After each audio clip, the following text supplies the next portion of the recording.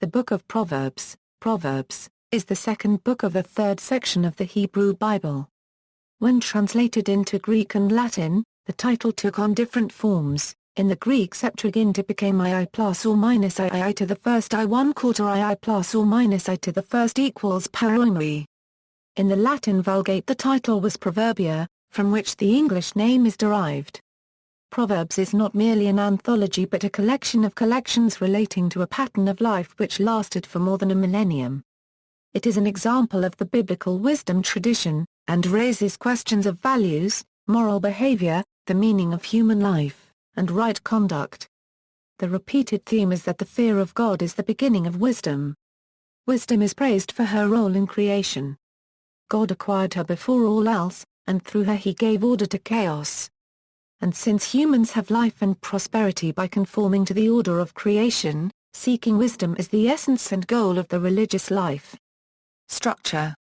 The superscriptions divide the collections as follows: Proverbs 1:9, Proverbs of Solomon, son of David, king of Israel, Proverbs 10:22-16, Proverbs of Solomon, Proverbs 22:17-24-22, the sayings of the wise, Proverbs 24:23-34, these also are sayings of the wise, Proverbs 25:29, these are other Proverbs of Solomon that the officials of King Hezekiah of Judah copied, Proverbs 30, the words of Agur, Proverbs 31:1-9, the words of King Lemuel of Massa, which his mother taught him, Proverbs 31:10-31, the ideal wise woman. Contents. Proverbs translates the Hebrew word mashal, but mashal has a wider range of meaning than the short catchy sayings implied by the English word.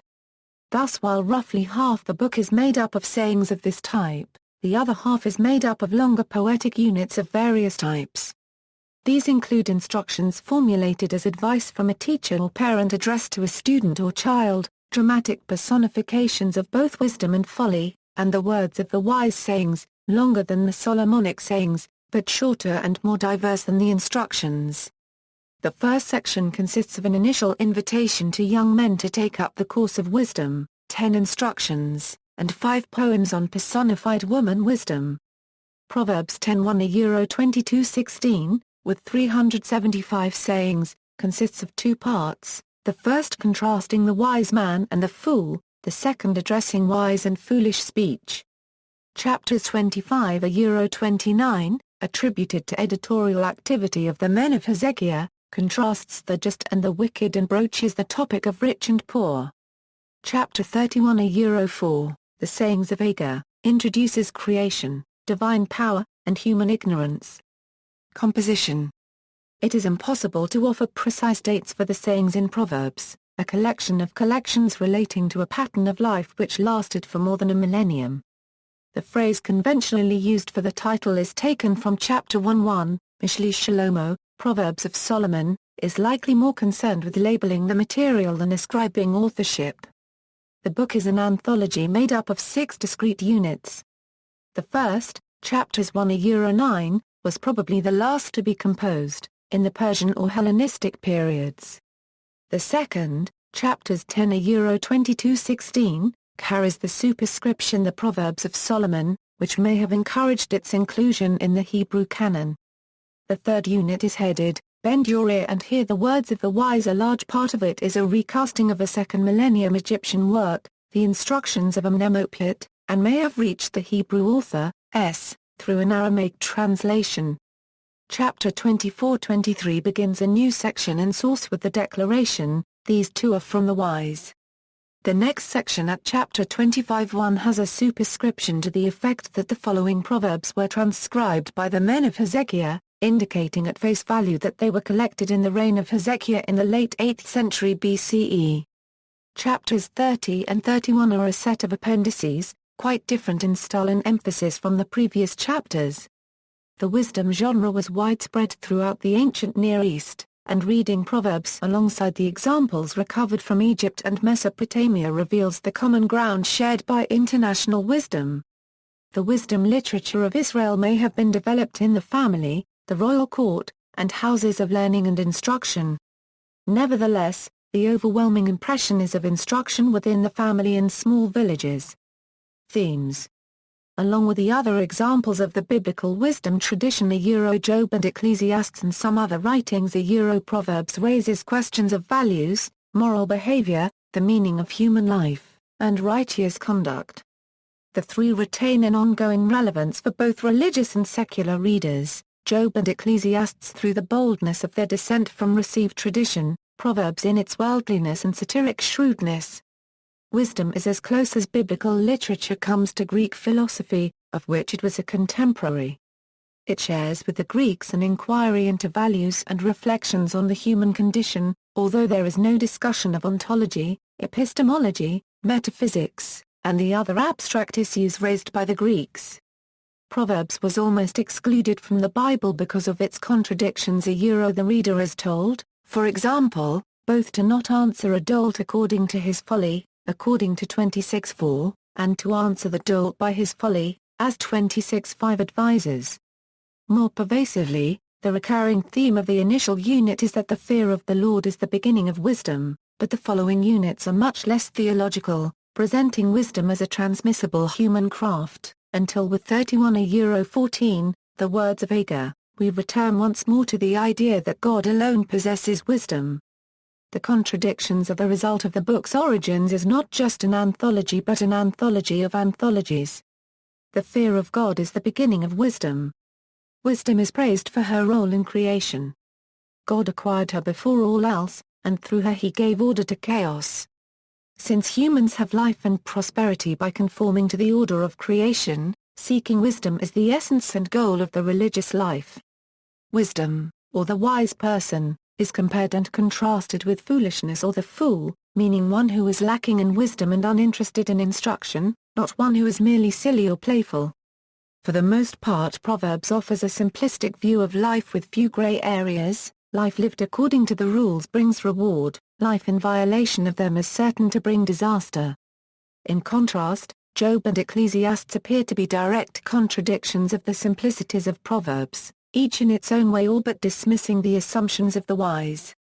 Noteworthy also is the fact that the mighty acts of God, which make up Israel's history are completely or almost completely absent from Proverbs and the other wisdom books, in contrast to the other books of the Hebrew Bible, which appeal to divine revelation for their authority. Wisdom appeals to human reason and observation. Later interpretation and influence. The pre-exilic Old Testament allowed no equals to Yahweh in heaven, despite the continued existence of an assembly of subordinate servant deities. The post-exilic writers of the wisdom tradition developed the idea that wisdom existed before creation and was used by God to create the universe. Present from the beginning, wisdom assumes the role of master builder while God establishes the heavens, restricts the chaotic waters, and shapes the mountains and fields. Borrowing ideas from Greek philosophers who held that reason bound the universe together, the wisdom tradition taught that God's wisdom, word and spirit were the ground of cosmic unity. Christianity in turn adopted these ideas and applied them to Jesus. The Epistle to the Colossians calls Jesus image of the invisible God, firstborn of all creation, while the Gospel of John identifies him with the creative word. In the 4th century, when Christianity was caught up in heresies and still developing the creeds which would define its beliefs, Proverbs 8:22 was used both to support and refute the claims of the Arians. The Arians, assuming that Christ could be equated with the wisdom of God, argued that the Son, like wisdom, was created and therefore subordinate to the Creator. Their opponents, who argued that the relevant Hebrew word should be translated as begot, won the debate, and the Nicene Creed declared that the Son was begotten, not made, meaning that God and Christ were consubstantial. See also, as a dog returns to his vomit, so a fool repeats his folly, Proverbs 31, references. Bibliography, works cited, Alter, Robert. The Wisdom Books, Job, Proverbs, and Ecclesiastes, a translation with commentary. W. W. Norton and Company, Berlin, Adele. Cosmology and Creation. In Berlin, Adele. Grossman, Maxine. The Oxford Dictionary of the Jewish Religion. Oxford University Press, Boccaccini, Gabrielle. Roots of Rabbinic Judaism, An Intellectual History, From Ezekiel to Daniel. Erdmanzer, Clements, Ronald E. Proverbs. In Dunn, James D. G. Rogerson, John William. Erdman's Commentary on the Bible. Erdmanzer, Crenshaw, James. Unresolved Issues in the Wisdom Literature. In Tate, Marvin E. Ballard, Harold Wayne. Tucker, Wes Dennis. An Introduction to Wisdom Literature and the Psalms. Mercer University Press. Farmer, Kathleen. Who Knows What Is Good? A Commentary on the Books of Proverbs and Ecclesiastes. William B. Erdman's Publishing. Farmer, Kathleen. The Wisdom Books. In Mackenzie, Stephen L. Graham, Matt Patrick. The Hebrew Bible Today, An Introduction to Critical Issues. Westminster John Knox Press. Fox, Michael V. Proverbs 1 €9. Fox, Michael V. Proverbs 10 €31. Yale University Press. Grab, Leicester LA. History of the Jews and Judaism in the Second Temple Period, the Persian Period. Continuum. Kaiser, Christopher B. Creational Theology and the History of Physical Science. Briller, Keown, Gerald. The Canonical Shape of the Wisdom Literature. In Tate, Marvin E. Ballard, Harold Wayne. Tucker, Wes Dennis. An Introduction to Wisdom Literature and the Psalms. Mercer University Press. Longman, Tremper. Garland, David E. Proverbs Isaiah. Zondervan. Page Lee, H. Council, Heavenly. In Watson E. Mills. Mercer Dictionary of the Bible. Mercer University Press. Parrish, V. Stephen. Creation. In Watson E. Mills. Mercer Dictionary of the Bible. Mercer University Press. Purdue, Leo G. Wisdom Literature, A Theological History. Presbyterian Publishing. Purdue, Leo G. Proverbs. Westminster John Knox Press. Synod, Alice M. The Personification of Wisdom. Ashgate Publishing. Smothers, Thomas. Biblical Wisdom in its Ancient Middle Eastern Context. In Tate, Marvin E.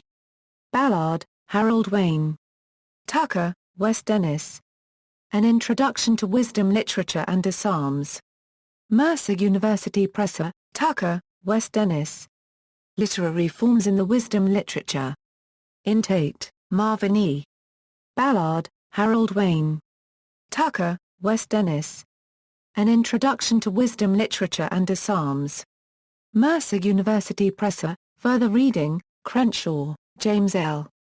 Book of Proverbs, The Anchor Bible Dictionary, 1992, Holman Bible Handbook, David S. Dockery, Holman Bible Publishers, Nashville, 1992, Laser, William Sanford, Hubbard, David Allen, and Bush, Frederick William, Old Testament Survey, The Message, Form, and Background of the Old Testament, 1996, Murphy, Roland E., Wisdom Literature, Job, Proverbs, Ruth, Canticles, Ecclesiastes, and Esther. Grand Rapids, 1981, Andrew Steinman. Proverbs 1 €9 is a Solomonic composition, Journal of the Evangelical Theological Society, 43, No. 4, Waltke, Bruce. Book of Proverbs, Chapters 1 €15. William B. Erdman's. ISBN A978-0-8028-2545-2. Waltke, Bruce. The Book of Proverbs, Chapters 15 €31. William B. Erdman's. ISBN A978-0-8028-2776-0. External links, online translations of Book of Proverbs, Jewish translations, Míshlê Proverbs translation, with Rashi's commentary at Shabbat.org. Christian translations, Bible Gateway 35 languages/50 versions, and Bound Bible 100+ languages versions at Biola University.